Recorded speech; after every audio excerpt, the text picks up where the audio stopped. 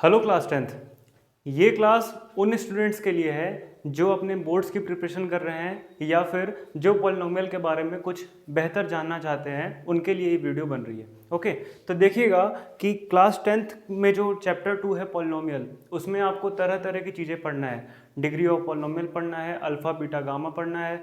ये सब आज देखेंगे। आज की क्लास पॉलिनोमियल की बिल्कुल बेसिक क्लास होने वाली है और इस क्लास में आपका जो फाउंडेशन है वो तगड़ा करने वाले हैं। ठीक है, तो आइए इंट्रोडक्शन पे टाइम वेस्ट ना करते हुए आते हैं हम लेक्चर की ओर। क्लियर है? देखिए, सबसे पहले पॉलिनोमियल क्या होता है उसको समझना इंपॉर्टेंट है। ये जो पीछे बहुत बड़ी सी डेफिनेशन लिखी हुई है, बस कुछ मिनट बाद आपको बिल्कुल ये डेफिनेशन ईजी लगने वाली है। देखिएगा मेरे साथ यहाँ पे, a polynomial is defined as an expression. एक पॉलिनोमियल तब कहलाएगा जब which is composed of a variable constants exponents. अब देखिएगा वेरिएबल कॉन्स्टेंट्स एक्सपोनेंट्स क्या होता है वो देखना है। सबसे पहले जब आप प्रीवियस क्लासेस में, अपनी जूनियर क्लासेस में पढ़ते आ रहे हैं, कुछ टर्म्स हैं जैसे कांस्टेंट है, वेरिएबल है, लिटरल है, कोफिशिएंट है। क्लियर है? कांस्टेंट, वेरिएबल, लिटरल और कोफिशिएंट। तो ये क्या होता है पहले उसको समझिए। कांस्टेंट क्या होता है, जैसे आप जानते हो कि 0 1 2 3 4 5 6 ये जहाँ तक जाना चाहे वहाँ तक बिल्कुल अगर सिंगल लिखा हुआ रहे तो आप बोलोगे ये कांस्टेंट है। अगर मतलब कोई भी एक टर्म में लिखा है, जैसे 2 + x लिखा हुआ है, तो इसमें आप बोलोगे कि ये बिल्कुल सिंगल लिखा हुआ है। सेपरेट किससे है? तो प्लस साइन से सेपरेट है। और ये बिल्कुल सिंगल लिखा हुआ है तो आप क्या बोलोगे? ये एक कांस्टेंट है। क्लियर है? अब देखिए कि अब बोलोगे कि अगर किसी भी एक्सप्रेशन में अलजेब्रिक एक्सप्रेशन में अगर x y z या फिर a b c d या फिर कोई वेरिएबल के टर्म में लिखा रहता है तो आप उसको बोलोगे कि ये एक लिटरल है। अगर सिंगल लिखा हुआ है तो, जैसे सिंगल अगर एक टर्म लिखा हुआ है, एक डिजिट लिखा हुआ है, तो वो एक कांस्टेंट कहला गया। और जैसे सिंगल एक आपका अल्फ़ाबेट लिखा हुआ है तो वो आपका एक लिटरल कहला गया। क्लियर है? तो कांस्टेंट और लिटरल दोनों में डिफरेंस आपको समझ में आ गया होगा। अब देखिए वेरिएबल और कोफिशिएंट क्या होता है। तो वेरिएबल वैसे सब्सटेंस है। अब देखिए, अब मैं बोलूँ एक यहाँ पे फॉर्मूला अपन जनरेट कर सकते हैं यहाँ पे, कि अगर मैं बोलूँ कि कांस्टेंट इनटू में अगर मैं कर दूं लिटरल, कांस्टेंट इनटू में लिटरल। अब बोलोगे कांस्टेंट क्या, तो आप कांस्टेंट कुछ भी ले सकते हो, 2 ले लीजिए, कांस्टेंट है। और लिटरल में भी आप कुछ भी ले सकते हो, जैसे y हो गया। तो अगर आप दोनों को मल्टीप्लाई करोगे तो 2y हो गया। क्लियर है? अब ये क्या बन गया? ये एक अल्जेब्रिक टर्म बन गया, सिंगल टर्म बन गया, अल्जेब्रिक टर्म। थोड़ा सा इसको साइड में लिख लीजिए, है ना, अल्जेब्रिक टर्म बन गया। अब समझने वाली बात यहाँ पर यह है कि 2 और y अब साथ में हो गया, मतलब एक कांस्टेंट भी जुड़ गया इसमें और एक वेरिएबल भी जुड़ गया। तो अब समझो यहाँ पे कि ये जो टर्म है इसके साथ, जो अल्फ़ाबेट वाला जो टर्म है, इसको आप बोलोगे ये है इसके साथ वेरिएबल। क्या है? ये है वेरिएबल। अगर कांस्टेंट के साथ अगर मल्टीप्लाई में हो गया है तो बोलोगे ये एक वेरिएबल हो गया। और अगर आप बोलोगे कि कोफिशिएंट क्या है फिर सर, तो बोलोगे जो 2 है, जो y के साथ 2 है वो है कोफिशिएंट। ध्यान रखना है इस बात को, जो y के साथ कोफिशिएंट है वो बोलोगे कि y के साथ जो 2 लगा हुआ है वो है कोफिशिएंट। अब यहाँ पे ध्यान देना कि माइनस प्लस का साइन कोई भी टर्म अकेला नहीं रहता है। अगर आप बोलोगे कि मैं 1 2 लिख रहा हूँ, 1 2 3 4, तो बोलोगे ये सिर्फ 1 2। अगर मैथ्स के स्टूडेंट हो तो आपके दिमाग में ये चलना चाहिए कि सिर्फ 1 2 नहीं लिखा हुआ है, ये क्या लिखा हुआ है, इसके आगे +1 लिखा है, +1 +1 +1 +2 +3 +4। क्लियर है? अब जैसे आप जानते हो कि एक नंबर लाइन है, तो नंबर लाइन पे बीच में 0, इधर माइनस में टर्म होता है और इधर प्लस में टर्म होता है ना। यही फिर जब आप पिछले क्लास में पढ़े थे एक कि क्वाड्रेंट चैप्टर है ना, जैसे क्वाड्रेंट में क्या होता है कि एक नंबर लाइन सीधी, एक हॉरिजॉन्टल और एक वर्टिकल नंबर लाइन मिलकर एक क्वाड्रेंट क्रिएट कर देता है, that is called Cartesian plane, है ना। तो वो तो छोड़िए, अभी ये देखिए आप कि जब माइनस में गए आप और इधर गए प्लस में, तो आप बोलोगे कि अगर -2 लिखा हुआ है तो ये 2 सिर्फ अकेला नहीं है, इसके साथ माइनस भी लगा हुआ है। क्लियर? जैसे -2x लिखा हुआ है, -3xy लिखा हुआ है अगर, तो आप बोलोगे ये 2x अकेला नहीं है, ये इसके साथ माइनस का साइन इनबिल्ट है, लगा हुआ है। अब देखिए जैसे -3xy लिखा हुआ है तो इसके साथ माइनस का साइन लगा हुआ है, -3xy पढ़ते हैं हम, वैसे ही प्लस का साइन लगा हुआ है। क्लियर? अगर मैं बोलूँ कि जैसे 3yz लिखा हुआ है, तो यहाँ पे वेरिएबल क्या है, तो आप बोलोगे वेरिएबल y और z दोनों है सर, वेरिएबल y और z दोनों है। अब मैं बोलूँ कि बताओ कोफिशिएंट क्या है y और z का, मैं बोल रहा हूँ कि कोफिशिएंट क्या है y और z का, what is the coefficient of y and z, तो आप बोलोगे कि +3 is the coefficient of y and z, sign के साथ में बोलना, ठीक है। अगर मैं बोलूँ कि -3/z लिखा हुआ है तो आप क्या पढ़ोगे इसको कि ये y और z का जो कोफिशिएंट है वो क्या है, -3 है y और z का कोफिशिएंट। क्लियर हो गया इतनी बात। चलिए अब देखिएगा थोड़ा डेफिनेशन से इतनी सारी चीज़ें निकली, ये दूसरे लाइन से देखिए कि a polynomial is defined as an expression which is composed of variable, constants and exponents. अब एक्सपोनेंट्स क्या होता है तो जरा ध्यान से देखिएगा, जो आप बोलते हो किसी की पावर है ना, जो आप पावर में बोलते हो कि x⁻² है या x⁻2 है, x एक्सपोनेंट 2 है, तो आप ये जो 2 है यही है एक्सपोनेंट। क्लियर है। इसी को क्या बोलते हैं हिंदी में बोलो तो घात हो गया, और exponent and exponential and exponents का एक चैप्टर था घात और घातांक, है ना। तो x की पावर 2 का मतलब क्या बोलोगे आप कि ये एक्सपोनेंशियल फॉर्म में हो गया। तो मतलब जहाँ पे वेरिएबल दिखे, कॉन्स्टेंट्स दिखे और एक्सपोनेंट्स दिखे, ठीक है, सॉरी कॉन्स्टेबल नहीं, वेरिएबल, कॉन्स्टेंट्स एंड एक्सपोनेंट दिख जाए, that are combined using mathematical operation. अब मैथमेटिकल ऑपरेशन क्या है कि जो आप बोलते हो कि प्लस माइनस इनटू डिवाइड, यही मैथमेटिकल ऑपरेशंस के साइन है, that is addition, subtraction, multiplication, division. Clear है। मतलब कि एक एक्सप्रेशन, एक पॉलिनोमियल तब कहलाएगा जब कहीं ना कहीं माइनस प्लस साइन से सेपरेट होगा और उसमें कांस्टेंट, वेरिएबल सब कुछ मिले हुए रहेंगे, है ना। अब जरा देखिएगा कि मॉडर्न मैथमेटिक्स ने पॉलिनोमियल के भी वेराइड कर दिए हैं, पॉलिनोमियल को भी डिफरेंशिएट कर दिए हैं कि मतलब पॉलिनोमियल के कितने टाइप्स हैं उसको भी कर दिए हैं। वैसे तो पॉलिनोमियल के टाइप्स हैं लेकिन मेनली आपको 3 to 4 टाइप्स पढ़ना है, मेनली 3 टाइप्स ही आपको पढ़ना है। पहला कौन कौन सा, इसको 3 पार्ट में अपन बांट देते हैं। पहला पार्ट हो गया आपका कौन सा, तो बोलोगे मोनोमियल। कौन सा, मोनोमियल। मोनोमियल है, मोनोमियल क्या है उसको समझिए। केमिस्ट्री में भी जानते होगे कि मोनो का मतलब होता है 1, बाय का मतलब है 2 और ट्राई का मतलब है 3।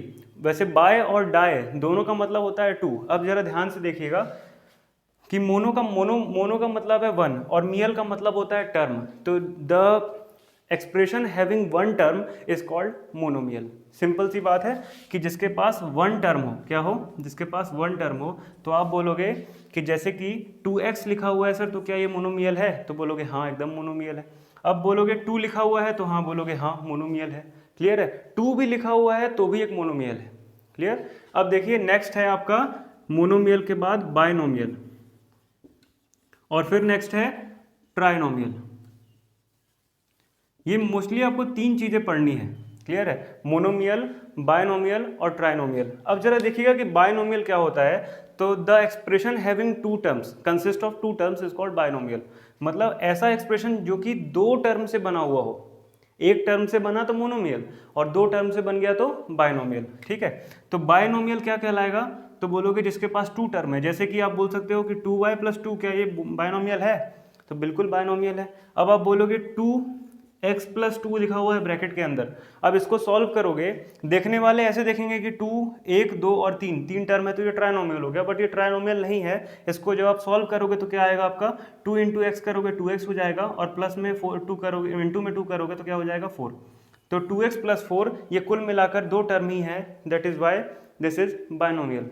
ओके। अब देखिए नेक्स्ट है ट्राइनोमियल। तो ट्राइनोमियल क्या होता है, the expression consist of 3 terms is called trinomial. Clear. अब इसमें 3 टर्म होंगे, जैसे 2x + y + z। 3 वेरिएबल भी हो सकते हैं और ऐसे भी बोल सकते हो आप 4 + y, एक कांस्टेंट भी हो सकता है। क्लियर। तो जिसमें आपको 3 टर्म दिख जाए that is called trinomial. Clear है। तो ये तो बहुत इजी चीज हो गई। अब थोड़ा सा आते हैं मेन चीज के ऊपर। इसको मिटा देते हैं।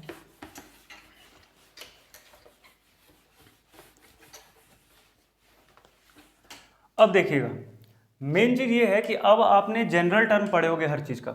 जनरल टर्म आपने प्रीवियस क्लासेस में जनरल टर्म पढ़े होगे हर चीज का। जो भी चीज पढ़ते हैं उसका एक जनरल फॉर्म होता है। अब इसी में पॉलिनोमियल में ही 3 तरह के टर्म्स होते हैं। जैसे आपका हो गया 3 तरह के पॉलिनोमियल हो गए, जैसे कि पहला हो गया linear polynomial. Linear polynomial. Clear. अब लीनियर पॉलिनोमियल को हिंदी में बोलते हैं रैखिक बहुपद। ठीक है, रैखिक बहुपद। तो लीनियर पॉलिनोमियल का सेंस क्या है कि लीनियर का मतलब होता है रैखिक, जो कि एक ही लाइन पर रिप्रेजेंट हो जाए, इसका मतलब लीनियर। जैसे आप समझो कि ये नंबर लाइन है, तो मैं आखिर में आपने लीनियर इक्वेशन भी पढ़े हो, तो लीनियर इक्वेशन में आखिर किस तरह के इक्वेशन देखे होगे आपने, तो बोलोगे सर उसमें वेरिएबल जो होता है वो एक ही होता है, चाहे एक्स रहे पूरे क्वेश्चन में, चाहे वाई रहे, चाहे जेड रहे, चाहे कुछ भी रहे, एक ही वेरिएबल होगा। क्लियर? तो लीनियर जैसे कि मान लो x plus two is equal to 3 लिखा हुआ है, तो x की कितनी वैल्यू आ गई, तो बोलोगे 1 आ गया, x की वैल्यू 1 आ गई। अब जरा समझना है यहाँ पे कि बीच में होता है 0। अब मुझे बताओ कि x की वैल्यू क्या है, 1 है, तो ये कहाँ रिप्रेजेंट होगा, तो बोलोगे नंबर लाइन पे सर यहीं पे तो रिप्रेजेंट होगा।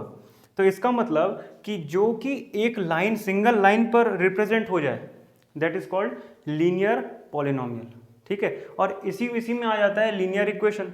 ठीक है, तो लीनियर इक्वेशन और लीनियर पॉलिनोमियल में बस थोड़ा सा फर्क है, ज़्यादा फर्क नहीं है, इज इक्वल्स टू का फर्क है और ज़्यादा कुछ फर्क नहीं है। आइए देखिए, तो लीनियर पॉलिनोमियल का जो जनरल टर्म होता है वो क्या होता है, तो बोलोगे ax प्लस बी के फॉर्म में होता है, जहाँ पर a 0 के बराबर नहीं होता है।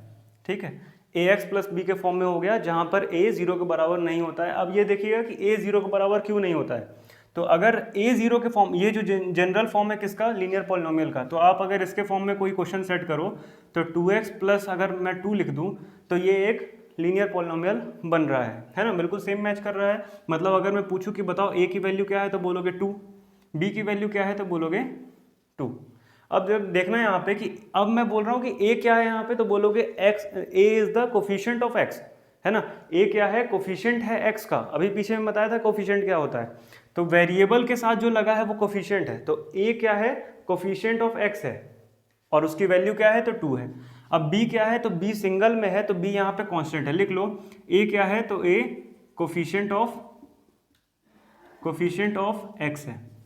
अब x का सेंस यहाँ पे ऐसा नहीं समझना कि पूरे क्वेश्चन में आपको x ही मिलेगा, कहीं आपको ऐसा भी लिखा मिल सकता है 2z plus Y, 2z plus 3 भी मिल सकता है। क्लियर? तो z भी मिल सकता है, y भी मिल सकता है और x भी मिल सकता है, p q r कुछ भी मिल सकता है आपको, तो इससे घबराना नहीं है। आपका जो फॉर्म है वो मैच करेगा तब लीनियर पॉलिनोमियल कहलाएगा। a यहाँ पे क्या है, कोफिशिएंट ऑफ x है, किसका है कोफिशिएंट, x का। और b क्या डिनोट कर रहा है यहाँ पे, तो बोलोगे b है सर कांस्टेंट, b एक कांस्टेंट है। क्लियर है यहाँ तक, बहुत बढ़िया। अब देखो a यहाँ पे 0 नहीं होना चाहिए, क्योंकि अगर a 0 हो गया तो x भी 0 हो जाएगा। आपको पता है कि अगर किसी का भी मल्टीप्लाई किसी के साथ करेंगे, 0 का मल्टीप्लाई किसी के साथ करोगे तो क्या आंसर आएगा, ऑलवेज 0 ही आएगा, है ना। तो अगर 0 आ गया तो पूरा का पूरा फॉर्म ही चेंज हो गया, ये लीनियर पॉलिनोमियल फिर हुआ ही नहीं। क्लियर है? तो चलो जरा देखिएगा यहाँ पे कि अगर ये लीनियर पॉलिनोमियल नहीं हुआ तो हम कहाँ से लीनियर पॉलिनोमियल इसको डिसाइड कर सकते हैं।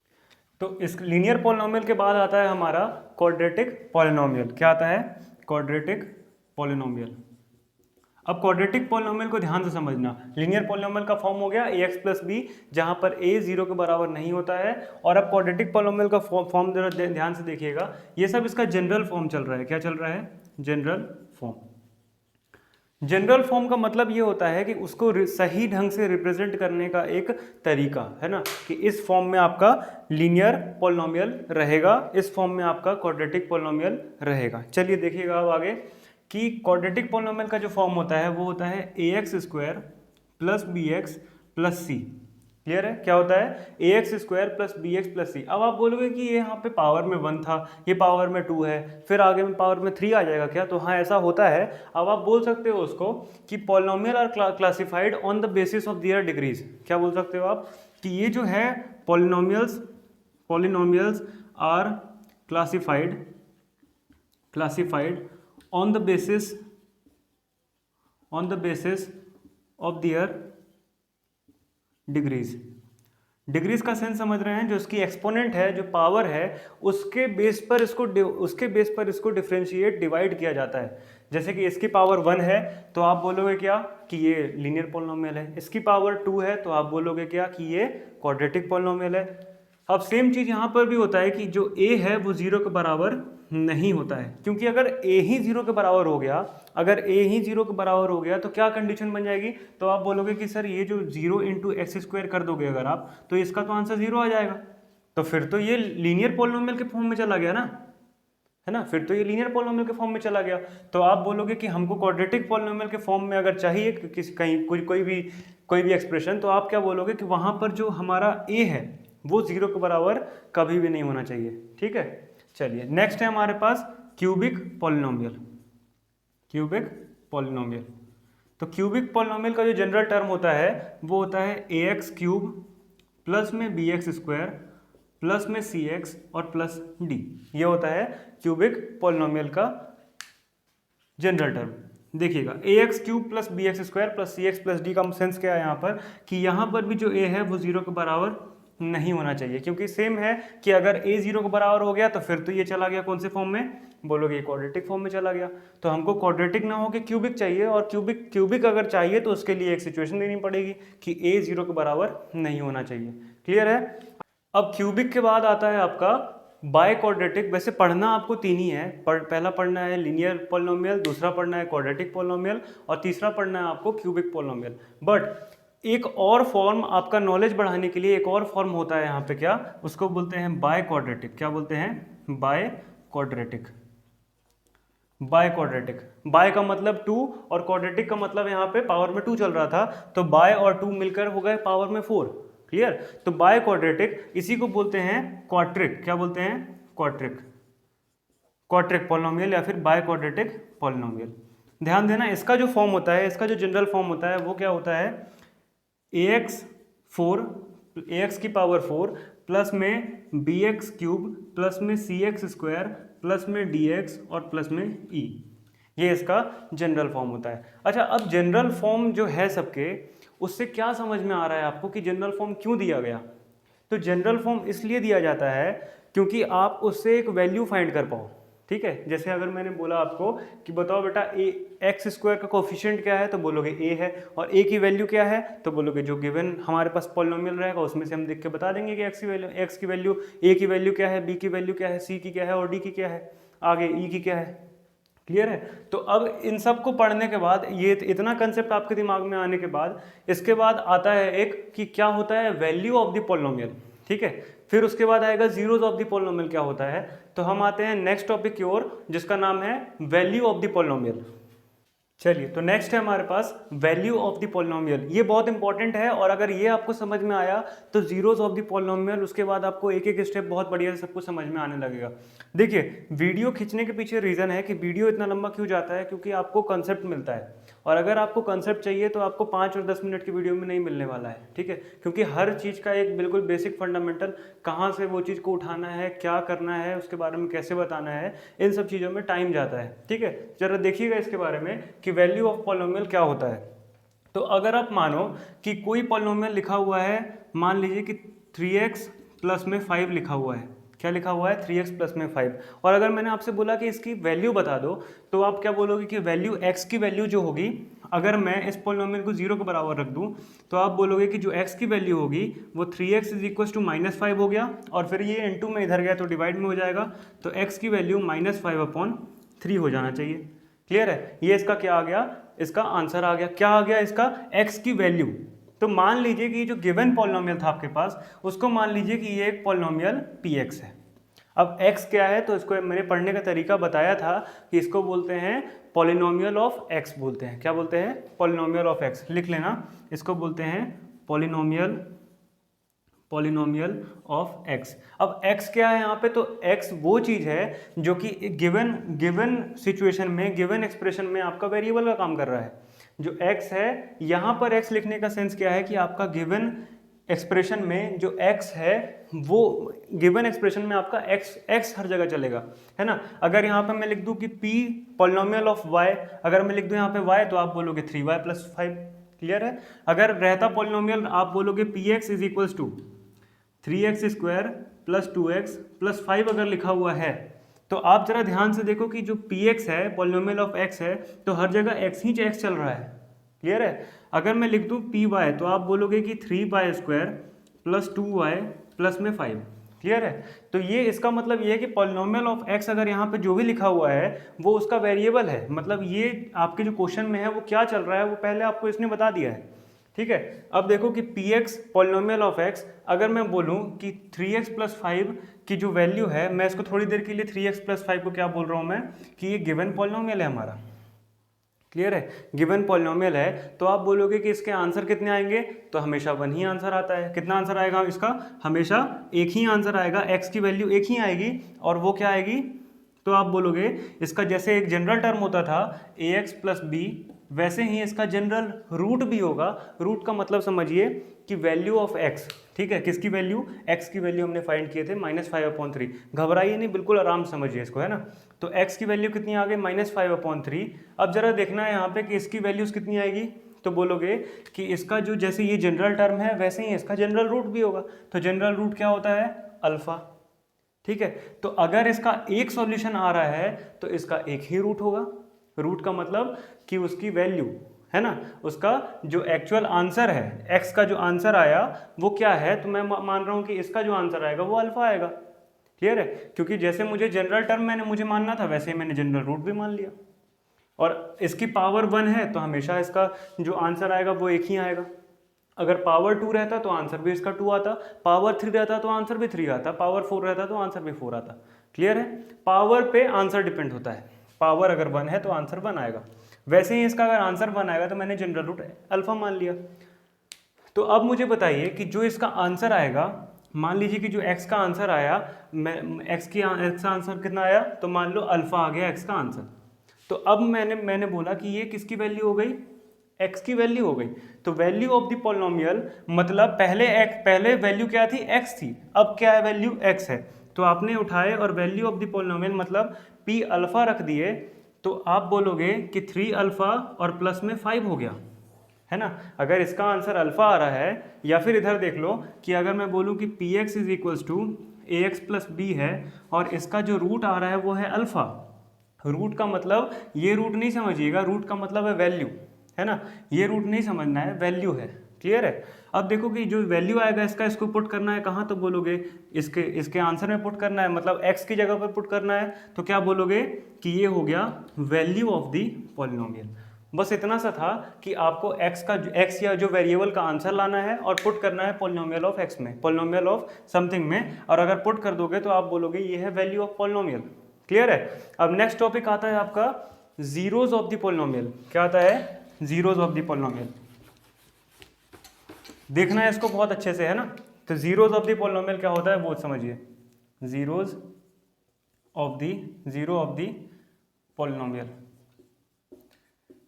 अब जैसे हमने प्रीवियस एक क्वेश्चन उठाता हूं मैं, जैसे कि 2x plus 2 is equals to 4 लिखा हुआ है, 2x plus 2 is equals to 4।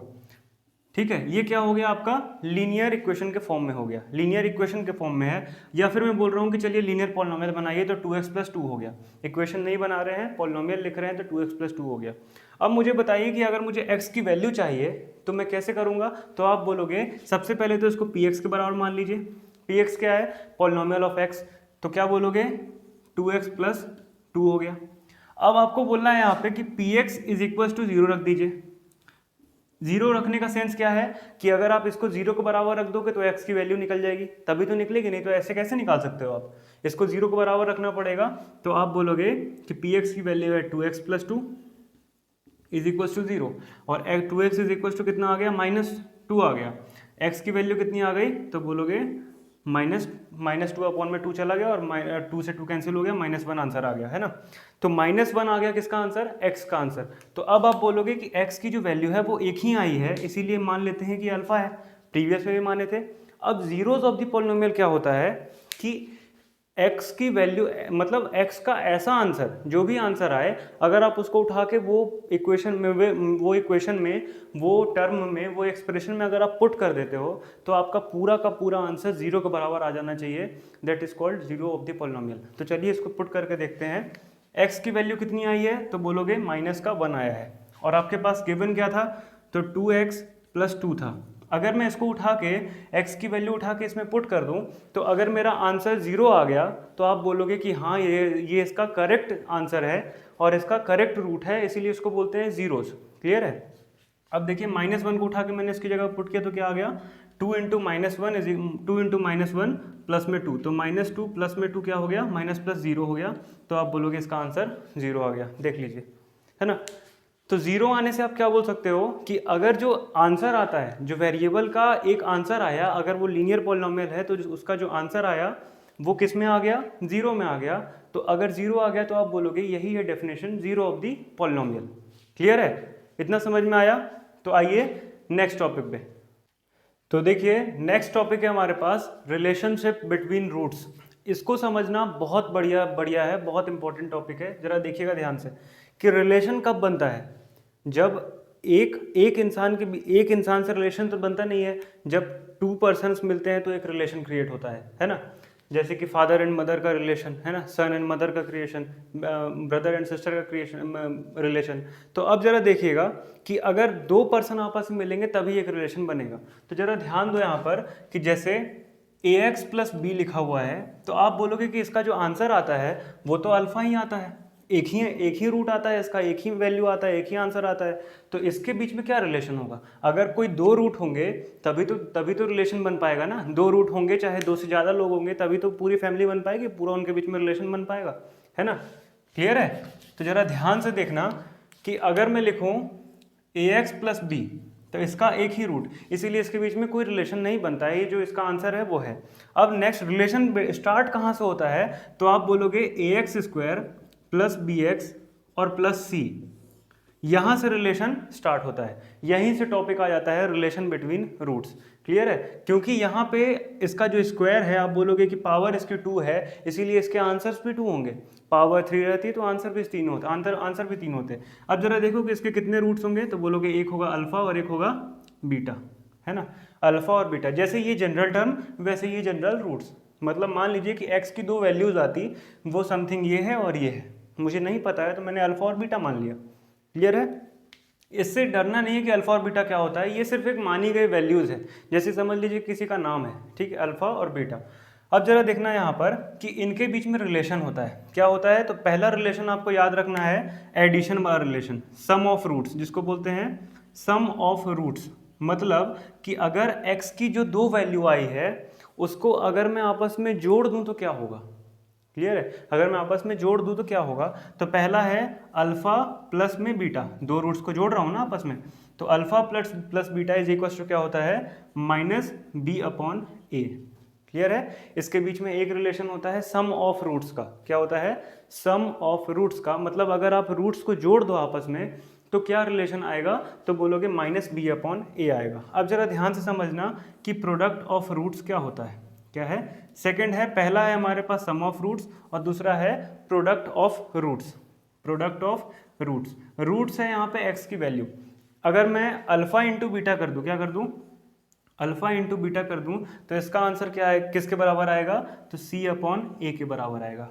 Clear है, क्या आएगा, इसका आंसर क्या आएगा, सी अपॉन ए के बराबर आएगा। मतलब कि अगर मैं x के जो 2 आंसर आए हैं उनको आपस में जोड़ दूं तो ये माइनस बी अपॉन ए के बराबर। माइनस बी अपॉन ए क्या है, तो बोलोगे ये जो b दिख रहा है ना यहाँ पे, b को माइनस में करना है और अपॉन में एक्स स्क्वायर का कोफिशिएंट। इसको ऐसे भी लिख सकते हो आप कि इसको बोल सकते हो आप कोफिशिएंट ऑफ, माइनस का कोफिशिएंट ऑफ x अपॉन में कोफिशिएंट ऑफ एक्स स्क्वायर, ठीक है, एक्स स्क्वायर। क्लियर, ऐसे भी लिख सकते हो आप। और alpha beta is equal to C upon A, इसको ऐसे लिख सकते हो कि कांस्टेंट अपॉन में coefficient of X square.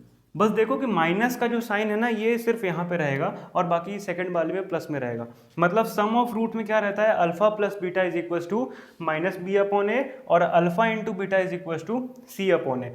Minus क्या है तो बोलोगे कोफिशिएंट ऑफ एक्स है और अल्फा क्या है तो बोलोगे कोफिशिएंट ऑफ एक्स स्क्वायर है, ठीक है। और c क्या है यहाँ पे, तो कांस्टेंट है और ये क्या है, कोफिशिएंट ऑफ एक्स स्क्वायर है। क्लियर है, ये स्क्वायरिंग वाला समझ में आया आपको, क्वाड्रेटिक पॉलिनोमियल वाला अल्फा बीटा समझ में आया।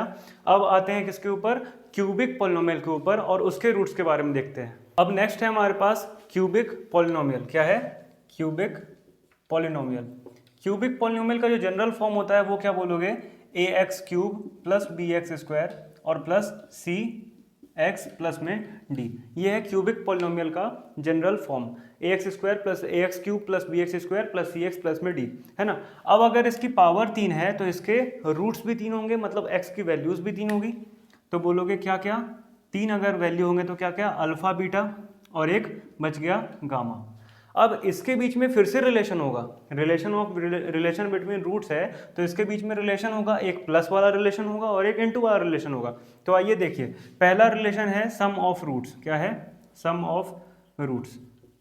ठीक है, सम ऑफ रूट्स में जरा ध्यान से देखिएगा कि अगर मैं अल्फा बीटा और गामा को जोड़ दूं तो क्या आएगा, अल्फा प्लस बीटा प्लस में गामा को अगर मैं जोड़ दूं तो क्या आएगा, तो बोलोगे माइनस बी अपॉन ए। क्या आ गया, माइनस बी अपॉन ए। अल्फा बीटा गामा को तीनों को जोड़ दिए तो क्या आ गया, माइनस बी अपॉन ए, है ना। इसके ऊपर क्वेश्चन जो है वो 1.1 और 1.2 एक्सरसाइज से स्टार्ट है। तो 1.1 और 1.2 एक्सरसाइज की आपको नेक्स्ट वीडियो मिल जाएगी। ये वीडियो पूरा का पूरा क्लास 10th और कोई भी क्लास के लिए जो junior classes 7th 8th 9th 9th उनके लिए भी बेहद इंपॉर्टेंट है, और इसमें आपको पूरा का पूरा पॉलिनोमियल का कंसेप्ट मिलने वाला है। ठीक है, चलिए देखिएगा कि alpha plus beta plus gamma को आपने जोड़े तो क्या आ गया, माइनस बी अपॉन ए। अब इनको एक और तरीका है जोड़ने का, क्या, alpha beta plus beta gamma plus gamma alpha, है ना। Alpha plus beta, alpha beta और गामा और बीटा गामा और फिर गामा अल्फा, इन सबको जोड़ने किसके बराबर आता है, सी अपॉन ए के बराबर आता है। ठीक है, नेक्स्ट है हमारे पास प्रोडक्ट ऑफ रूट्स। क्या है, product of roots. Products of root क्या होता है, तो alpha into beta into gamma कर दो, alpha into beta into gamma. तो इसका होता है माइनस डी अपॉन ए। ठीक है, इसको फिर से आप कैसे कैसे लिख सकते हो, तो माइनस बी अपॉन ए कैसे लिख सकते हो, तो बोलोगे minus of coefficient of X square. ठीक है, minus coefficient of X square upon में कोफिशिएंट ऑफ एक्स क्यूब। इसको कैसे लिख सकते हो, तो कोफिशिएंट ऑफ एक्स अपॉन में कोफिशिएंट ऑफ एक्स क्यूब। इसको कैसे लिख सकते हो, तो माइनस का कांस्टेंट अपॉन में कोफिशिएंट ऑफ एक्स क्यूब। तो यहाँ पर होता है आपका class 10th polynomial chapter number 2 का जो पॉलिनोमियल का बेसिक वो एंड, और 1.1 और 1.2 से आपकी जर्नी होती है स्टार्ट। ठीक है, तो आज की वीडियो यहीं पे फिनिश करते हैं। तब तक के लिए goodbye and take care.